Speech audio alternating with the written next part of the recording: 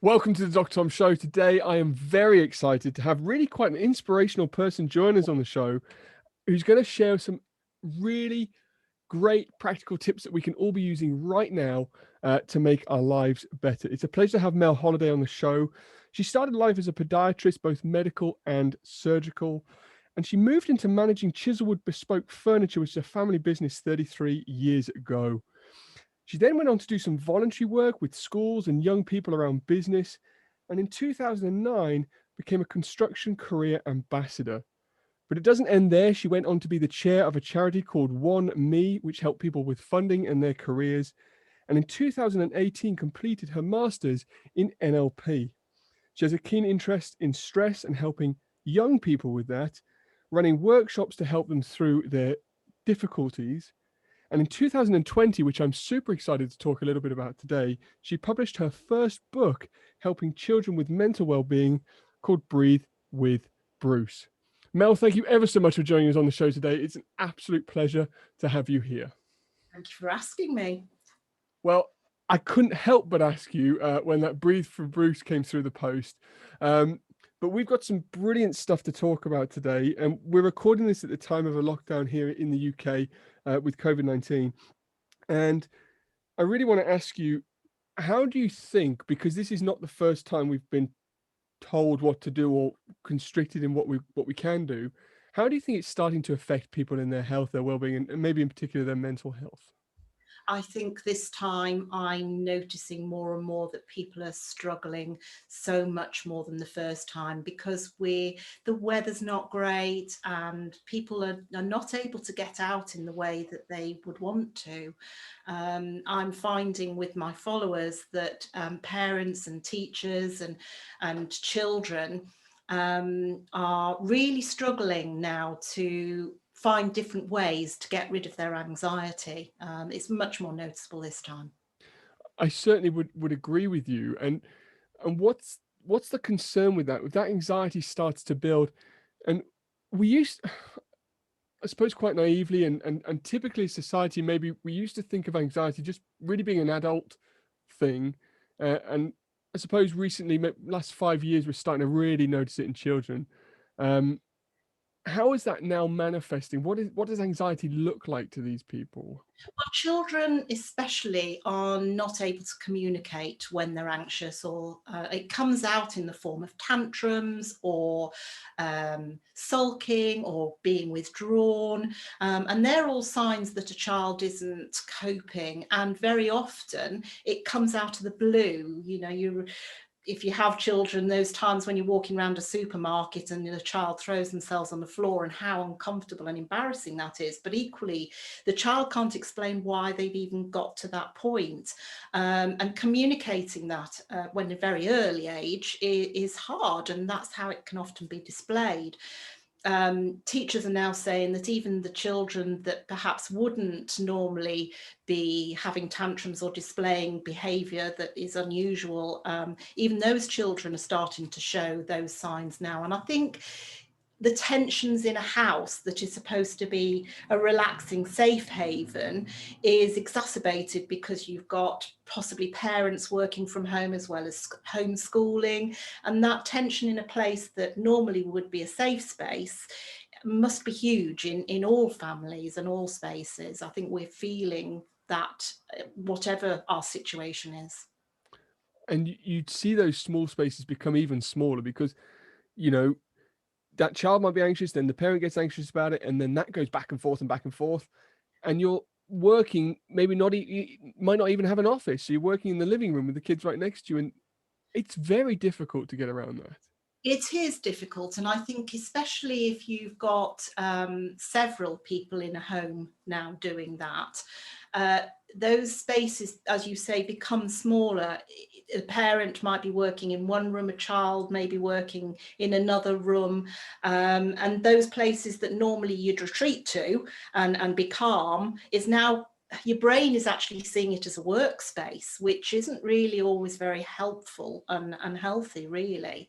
I've been discussing more and more with parents and teachers about how they can create a space that a child or the parent can go to.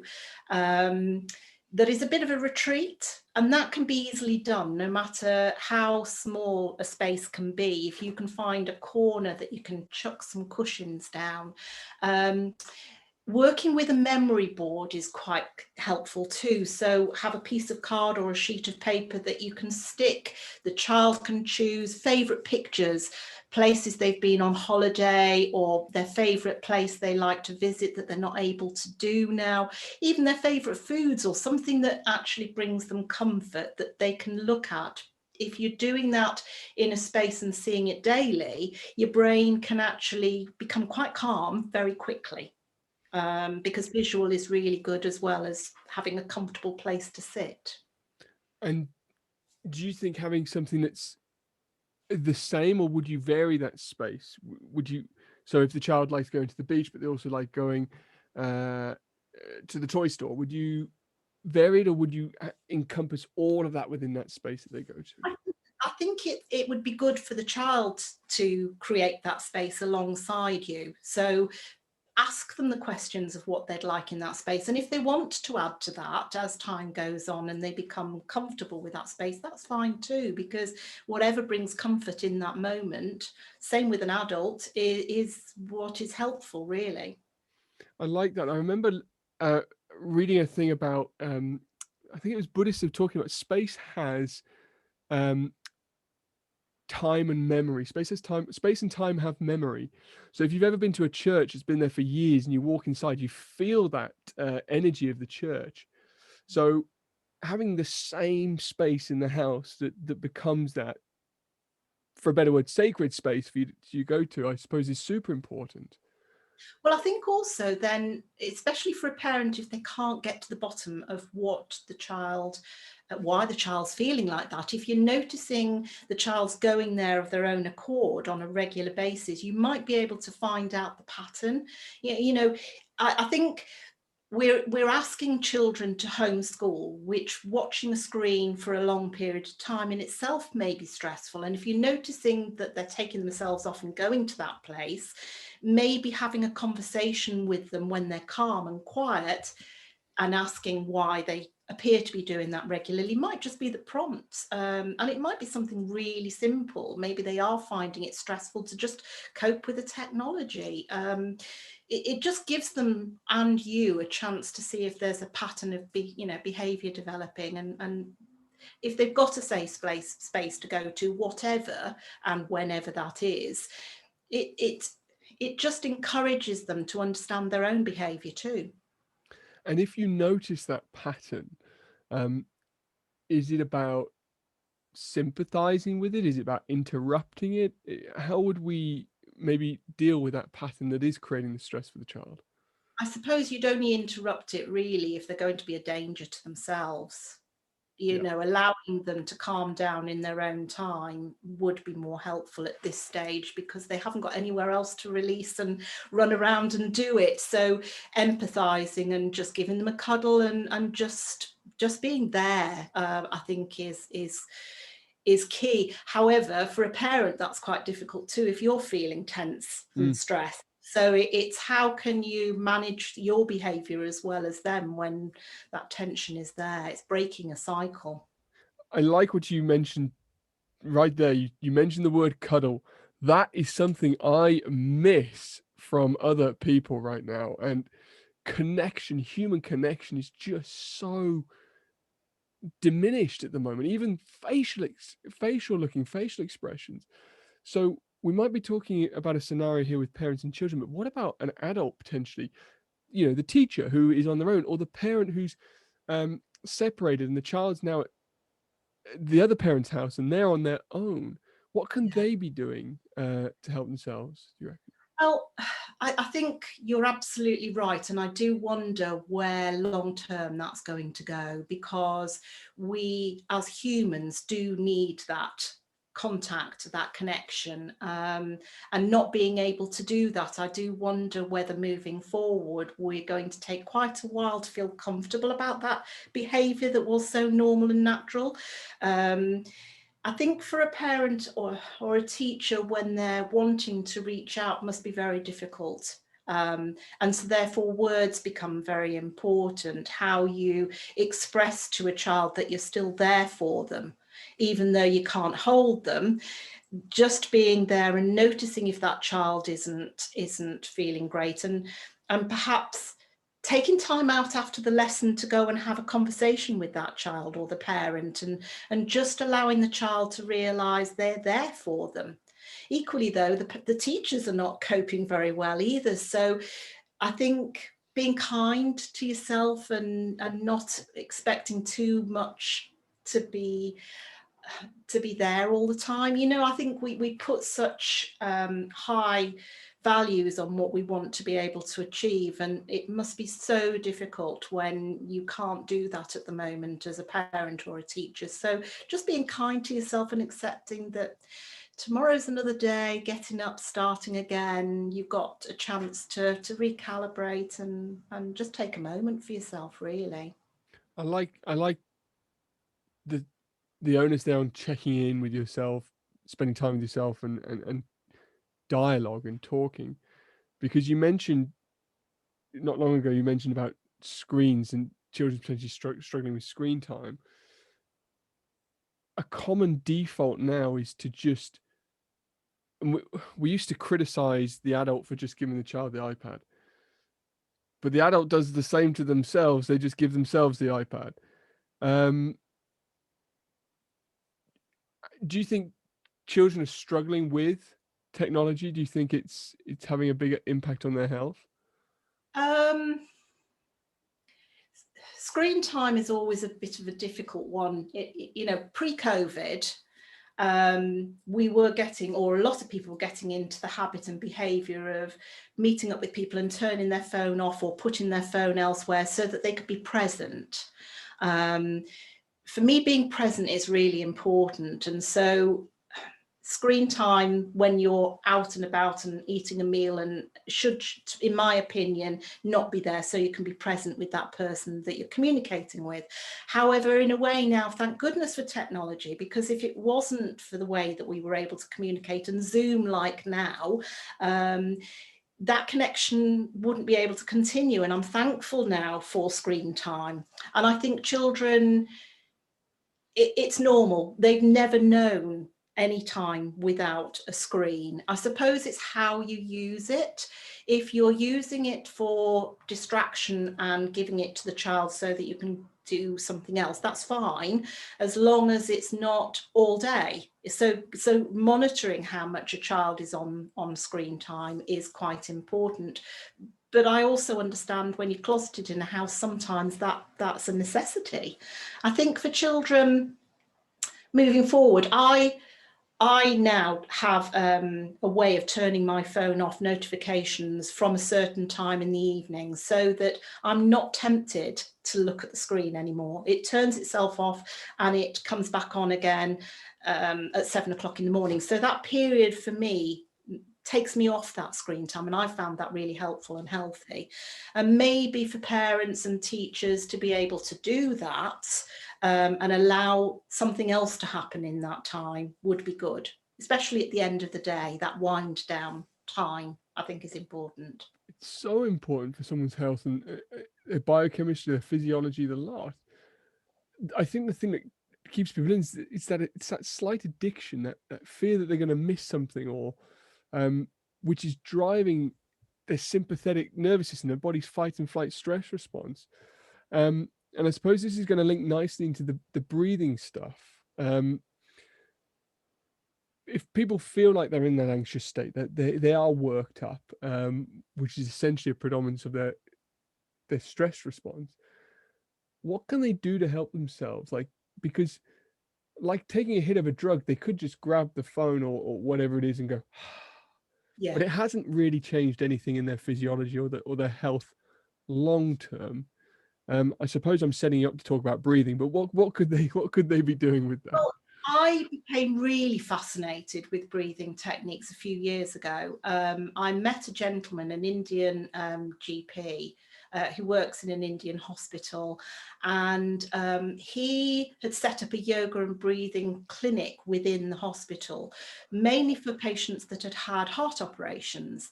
And he found they recovered so much quicker once they were learning different breathing techniques. And I became fascinated about why, and it connected two areas for me, because being medical, I was curious as to why it had such an impact. And you're absolutely right when you talk about the sympathetic and parasympathetic nervous system. Our breathing totally is controlled and controls the sympathetic and parasympathetic nervous system. Our brain monitors the way we breathe. So with the fight and flight, as you mentioned, with the sympathetic nervous system, it's preparing the body to run away from something. It's preparing the body, if you see a lion in front of you, it shuts everything down that's not necessary, digestion and those sort of things, and it purely gets the body ready to run away. And what I found fascinating was that this gentleman was explaining you can override that very quickly by your breathing, because once your body senses your breathing is becoming more normal, it'll settle down and it'll turn the parasympathetic nervous system back on again and you can rest. And I found that the link with the biology and the breathing amazing. And the more I explored and the more I realized that we can control our mood, it felt natural then to be able to go to schools and explain to children how quickly they can get themselves out of a mood or overexcitement purely by controlling their breathing. And I think what I loved about working with children is you see the reaction and the change in their state so quickly.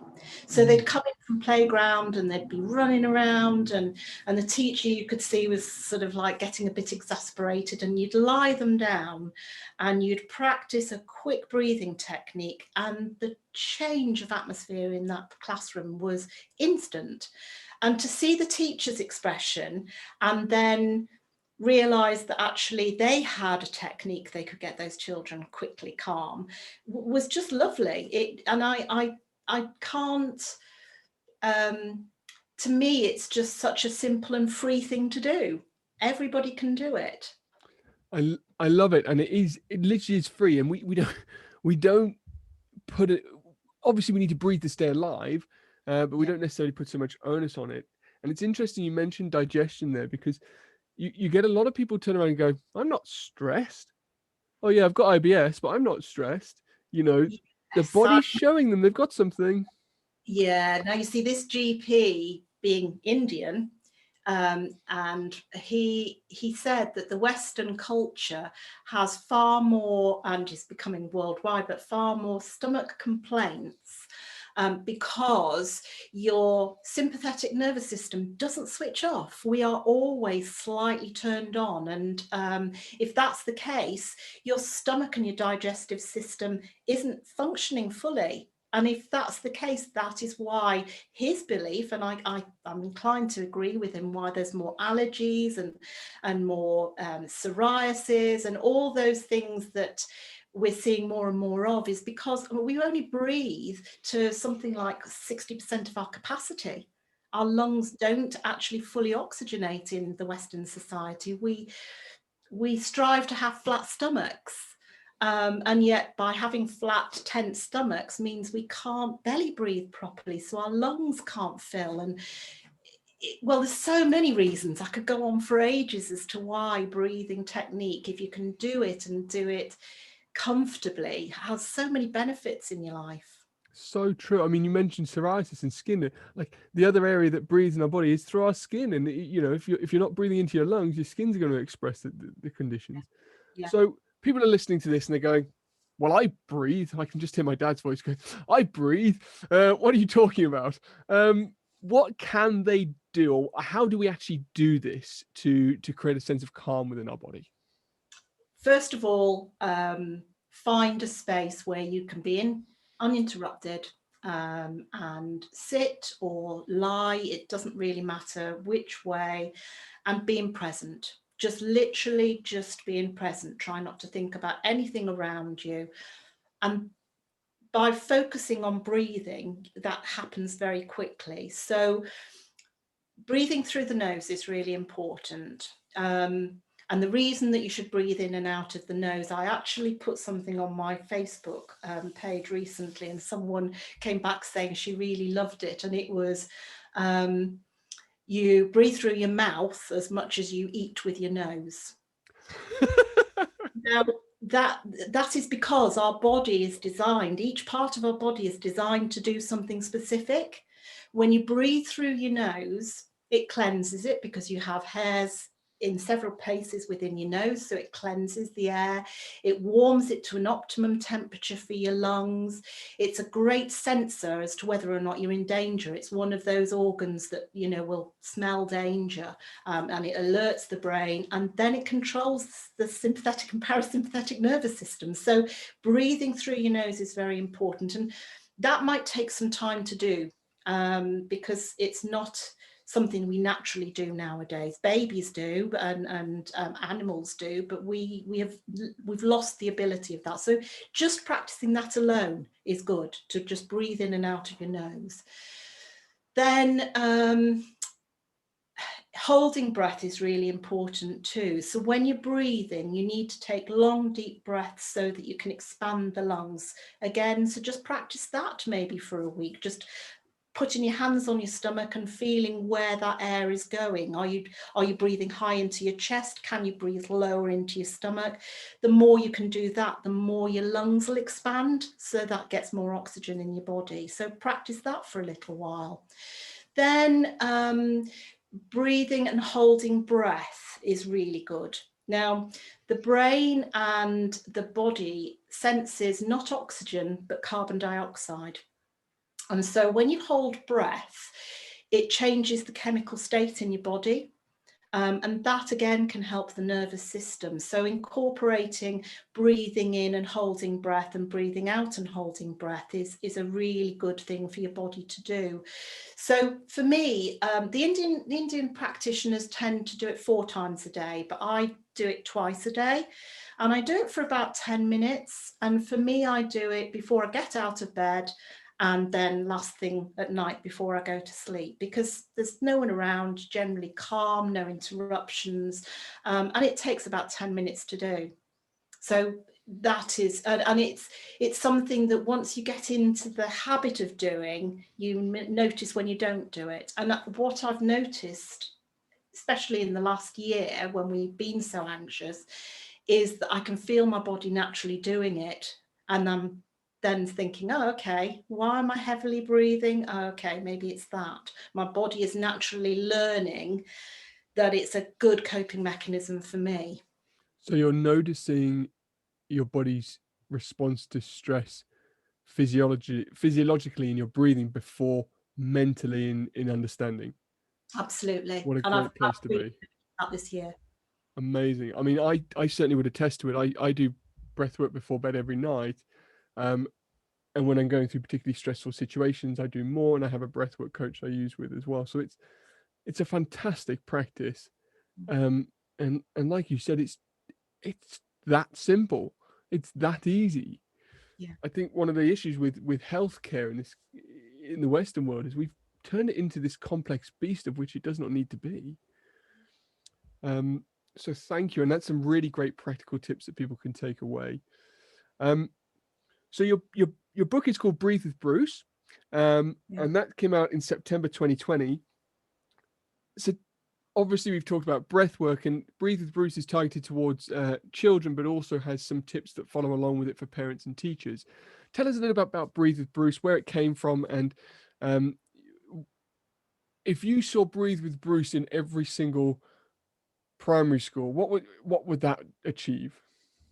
Oh, right. Okay. I started doing some modules last year, because when I did my master's in my NLP, it was like, well, what can I do with it? What actually am I going to be able to move forward with? So for me, the connection with children, because I was already going and doing various different projects in schools anyway, seemed to be a good fit. So I created some modules over 6 weeks, which taught them how they could be in present, what being in present meant, food, talking about nutrition and what could change their behavior, good food groups, and then we use the breathing technique at the beginning and the end of the class. And in order to engage them quickly, Rebecca, who's my illustrator, created for me different characters. So I explained to her what I wanted them to look like. So I had one that represented anger, one that represented happiness. And overall, there was this cloud called Bruce. And the reason I wanted a cloud was because he could go anywhere, but equally he symbolized sort of wind and breath and things like that. So he was a great character. So at each lesson we started off with Bruce and then one of these characters, so we were able to link in an emotion with the class. When lockdown happened, obviously I couldn't do that, and a friend of mine who is a publisher said, well, why don't you write a book? And I laughed. And he said, no, seriously, he said, you've got a backstory for all of these characters and they're all interesting stories, so let's write a book. So Becca, who's an actress, couldn't work, so she had perfect opportunity and time to do the illustrations, and so that's how Bruce was born, really. So yeah, it was sort of a really nice, happy accident, as it were. I love it. To get the book in every school, alongside, I do like a little education pack that goes alongside it with tips on how they can set the class up for a daily reminder. So can they use different Bruce with different colour hearts to represent what a child feels, and to have a book in every school, and for a child to be able to know they can access that. And learn a technique would be fantastic. What I've been communicating with one of the schools in particular, and what they were saying before they went into lockdown was the children were practicing the techniques on each other or with each other when they were stressed. And that association was fantastic. And that, again, to me, would be fantastic if children can learn this simple technique. One child said they'd been to the cinema, and he said, I was really excited and then I was really angry. And I said, okay, what did you do? He said, myself and my dad learned the breathing technique. I taught him, and we sat in the car and I taught him how to breathe, and we both felt so much better. And again, I just thought something so simple can have such a massive impact on people. I love that. And that's helping children's health, but also that's helped the relationship between that child and that father. You know, that could have turned into an argument or, you know, frustration. It's so impactful. Yeah, it's really. I am so pleased that you are doing this because I think it's so needed. There is a real movement I find in the world, and through doing this podcast and speaking to people, to improve our health. But there's still an undertone that needs to be driven into doing that when we're younger. And I think this is such a great way to do that, in such a simple way, because, you know, we're having to take account for our own health. It's not necessarily been provided for us with the national service. And then people say, well, that's an expensive thing to do. And you're just turning around and going, well, no, it isn't. And you can do it anywhere, anytime. It really is fantastic. And also when you know the technique, you can do it without someone noticing as well, which can be really good if you're in a meeting or you're having to confront someone and have that awkward conversation. To just take a second and breathe just gets your body in that, or takes you out of that fight and flight and gets you into mode where your brain can deal with that. Amazing. So if you could leave our listeners, and we've already given them more than we could have anticipated, but if you could leave our listeners with something that they can take away and do today, and it may be a repeat of what you said, but something they can take away and do today, what would that be? Well, some people call it box breathing. So it's counting your breath. So you breathe in for 4 through your nose, you hold your breath for 4, you slowly count out breathing 4, and then you hold your breath again for 4. And you do that as many times as you need. I tend to do it about 20 times, beginning of the day and end of the day. When you get more practiced at it and you're more comfortable, holding or releasing your breath for longer is actually great. So you would breathe in for 4, hold your breath for 4, breathe out for 8, and hold your breath for 4. And that would be the best tip, and try and do it if you can several times a day as a practice. And that, I think, would benefit everybody. Perfect. Well, I know the vast majority of our listeners probably clean their teeth every day, so they've got no excuse to just stop and do some breathing every day as well.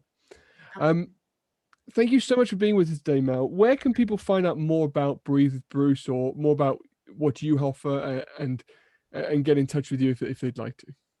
We have a website, which is www.breathewithbruce.com, all one word, and the website has got lots of tips. It's got some blogs. They can buy the book off there. It's being updated, and if people have got Instagram, it's Breathe with Bruce, at Breathe with Bruce. And every few days I post some tips, really simple ideas that people can follow if they want to do that too. So that's updated regularly as well. Thank you very much. I would encourage listeners to follow Breathe with Bruce on Instagram. It's great fun. I do enjoy Breathe with Bruce, and get the book. Not even just if you've got children, but just get the book. It's fantastic. Breathewithbruce.com. Mel, thank you ever so much for being with us on the show today. I've got loads out of it. I've really enjoyed it. And I'm going to commit to doing a little bit more breath work off the back of this. So thank you. Thank you very much for being on the show. Thank you for inviting me.